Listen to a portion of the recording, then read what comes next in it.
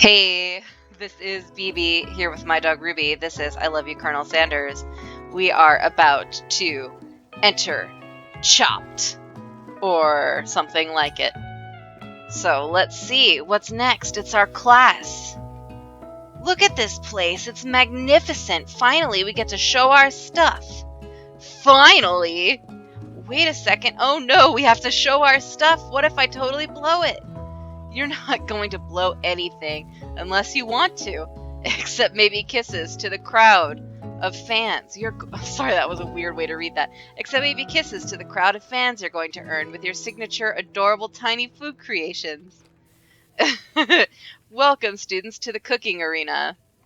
See, I like my food like giant, like too much for me to eat so that I don't feel quite so fat. For today's lesson, we'll be cooking with partners. Hurry up and pair off. Naturally, Miriam looks over at you, but unable to control yourself, you pounce on Colonel Sanders. I didn't even get to make a choice! Hey, Colonel, would you like to tackle this lesson as a team of two? That is, me and you, if that wasn't clear. One of you my partner? Sure, Noodles, I'll prepare our station. Without you as a partner, Miriam is left standing all alone. I'm sorry. I couldn't control it. Two different students quickly take notice. Hello, new partner. Beep boop. Oh my, two potential partners? So sorry, gentlemen, but I don't know who to choose. It looks like you'll have to pick for her. Friend duties can be a little awkward, but that's the price you pay for not being alone forever. Who do you want to ask to be Miriam's partner? I like Clank a lot better, because he's just less terrifying. Sorry, Pop, but I think Miriam will be partnering with Clank today. It's okay, I already ate. It's not entirely clear if Pop has any idea what the point of school even is at this juncture. Clank is clearly excited to have some attention. He heats up and begins to roll back and forth. Warp, warp, warp. Hold on there, fella, we don't even know the assignment yet. Technically, Clank might not have a face, but there is something charming and earnest about him. I know! He says, bzzz. Tissue, I hardly know you. Ha ha ha. Clank judders and a panel shakes loose. You get the impression that this is a sign of affection. I'll allow it. Looks like you two will be fine. Now it's time to focus on your own cooking classwork. Alright, you two, for today's lesson we're gonna keep it simple. Pick a basic dish and divide up the steps. No chef is an island, it takes 2 flints to make a fire, you get the idea. Which dish do you suggest to your partner, Colonel Sanders, in case he forgot? I like how his hands are just huge. He's got yowie hands. Steak tartare seems easy enough, it's fancy and you don't even need to cook it. Using octopus will blow Colonel Sanders' mind. Your grandmother's mashed potatoes and gravy. I feel like I'm cheating because KFC, right? They do mashed potatoes and gravy too.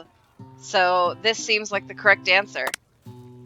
Hey! So I've always been something of a down-home chef. I was thinking we could make something warm, inviting, comforting, like chicken, maybe mashed potatoes, and gravy? I couldn't imagine one without the other.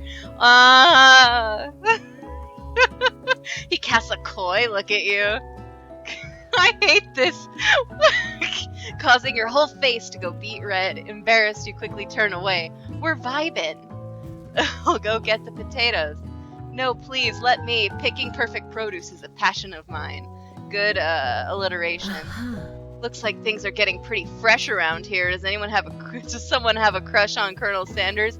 Yeah, you. We're just cooking partners. Mind your own business. Sanders' heart is my business. You'd better keep your fingers off my man. Did someone call for me? Yeah. I feel for Van Van somehow. He's so dumb and so ripped. Ugh, no, geez, Van Van. While I'm over here crushing Noodles' dreams, you're supposed to be taking care of our classwork. That was the deal, remember? This music, I don't know if you can hear it, but it's a lot all of a sudden. Colonel Sanders returns, arms full of peeled potatoes. He peeled them on the way over. He tosses them into boiling water and turns his attention to you and your old hashtag, quote, friends. Oh, howdy there, Ashley Van Van. Are we working in a quartet instead of a duet now? Actually, no. It looked like Noodles was struggling, so we offered to give them a hand. You know how it is. These young amateur chefs need a lot of mentoring. I appreciate that I'm gender neutral in this. I was gonna say, Colonel Sanders, maybe I could teach you a thing or two about fancy food. Maybe one day you'll be able to get up to my level. Ha! Doubt it. He's so well written. This particular jackass is so well written. Don't be rude, Van Van. Personally, I have no doubts whatsoever about Colonel Sanders' ability to concoct creations worthy of admiration. After all, this music's really distracting. Your fried chicken was quite spectacular. But Colonel, if you ask me, I might make a better partner for you than this thing that has positioned itself at your station. I am a thing. Don't you feel deep down that we cast complementary shadows? We fit together like a thigh and a drumstick. It just makes sense. Nothing about this makes any sense, but one thing is clear. She's coming for Colonel if you don't watch out. Ashley is really going at you hard. You need to ask for some backup here before things get ugly. Turn to Colonel Sanders, hunk of hunks in your time of need. Turn to Miriam, your forever bestie who has your back. Oh no!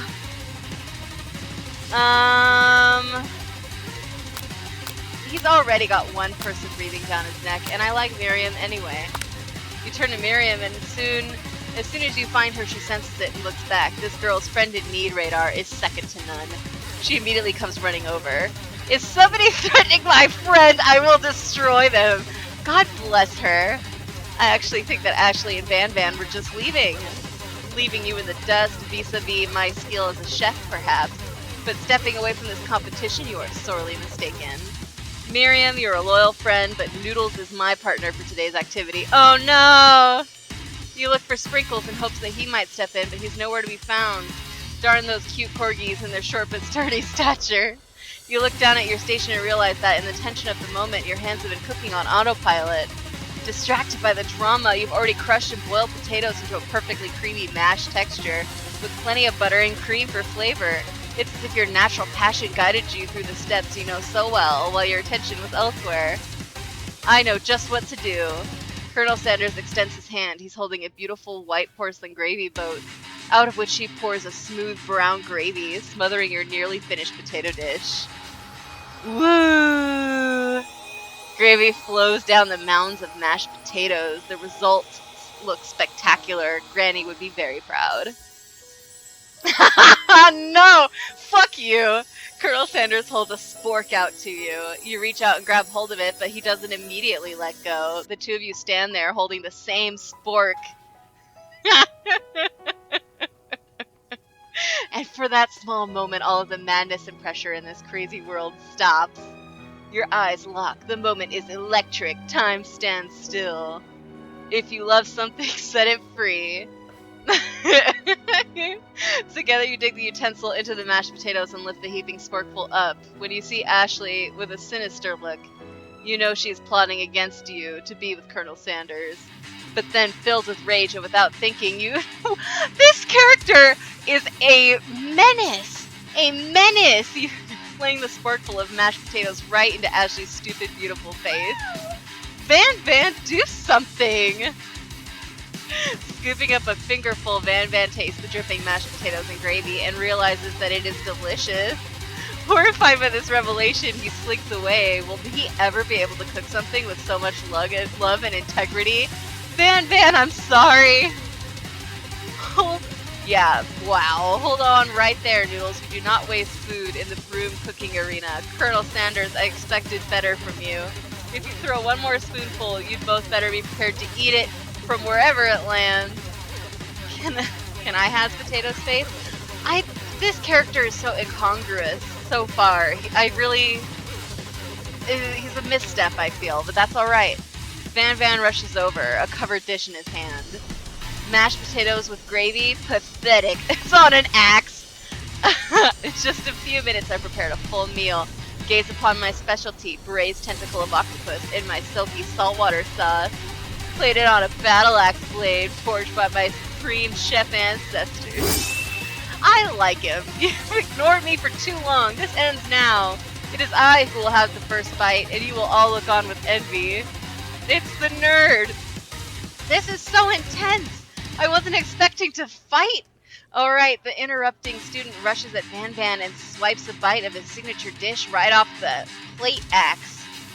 No, don't! Something about this dish doesn't strike my nose quite right. I think the octopus was rushed and may have turned in the process. The results could be toxic. Too late, it's been eaten. Oh no! I think I left something in the oven. I don't feel so good. Oh no! It killed him! What? Oh no, what the fuck?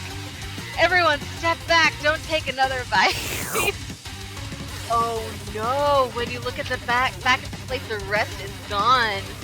You notice the tip of the tentacle being slurped into Pop's mouth. He's not gonna die, because he's too strong. He's some sort of demon. Pop winces in pain for just a moment, then is almost immediately back to his oblivious self. Oopsie. Tastes like poison.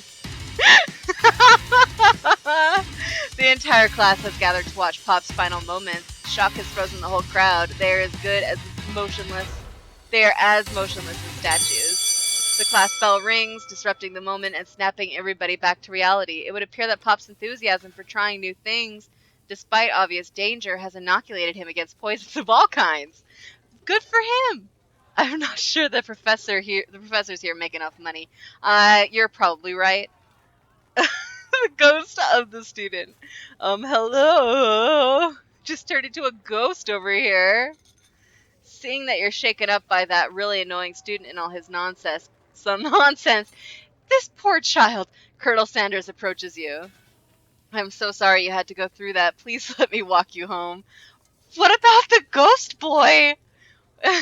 What? Like, for real? Oh, come on. I know. This character is a cad. I like it. It's good. I think I've mentioned before, I enjoy playing games where your character is a character and not just you manipulating some kind of digital puppet. It makes it less creepy, first of all, to be playing a dating sim. You follow Colonel Sanders out of the room. At night, the school building has taken another vibe entirely. It's dark and more than a little spooky, especially now there's fucking ghosts! Colonel Sanders stands in the quad's neon glow and speaks softly. It carries a large, these mashed potatoes you made in class today. This is Noodles speaking. Before you go on, I want you to know they're not a great representation of my skills. I didn't even realize I was making them. They were amazing. Tasting them, it reminded me why I became so passionate about food to begin with. So, I've been watching a lot of cooking shows while in quarantine, and what I've noticed is they'll say, oh, you have to use fucking breath mints in this meal, or you need to use, boxed mac and cheese, and all these major league, 5-star chefs are, crying that they have to use this, canned food and stuff that everybody has to use who's not wealthy. But they're like, you can't make good food with this. And then they do. And it's what it tells me is, food is fake. And, if they're going to be all high and mighty about the quality of their chicken or whatever, it doesn't actually mean anything. It all tastes the same. But I don't know. To be fair, I have, sensory issues, and I have a very limited palate, so I could be wrong. But anyway, we're off track. We're so off track. I'm just nervous. Colonel Sanders is getting choked up.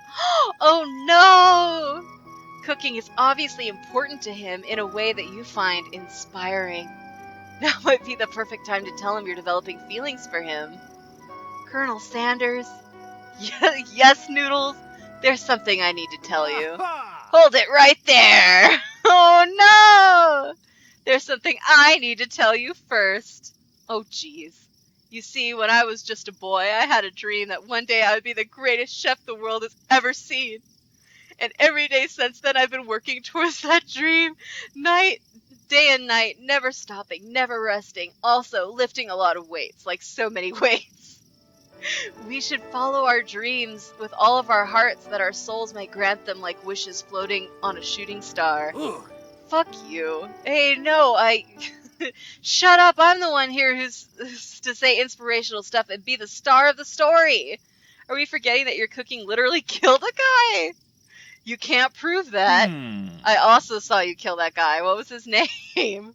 Somewhere in the distance you hear a long, sad sigh. Aww. Forget it. We're talking about me. Me. I'm the hero. Oh no! I guess we'll find out what this is in the next episode. Fuck me.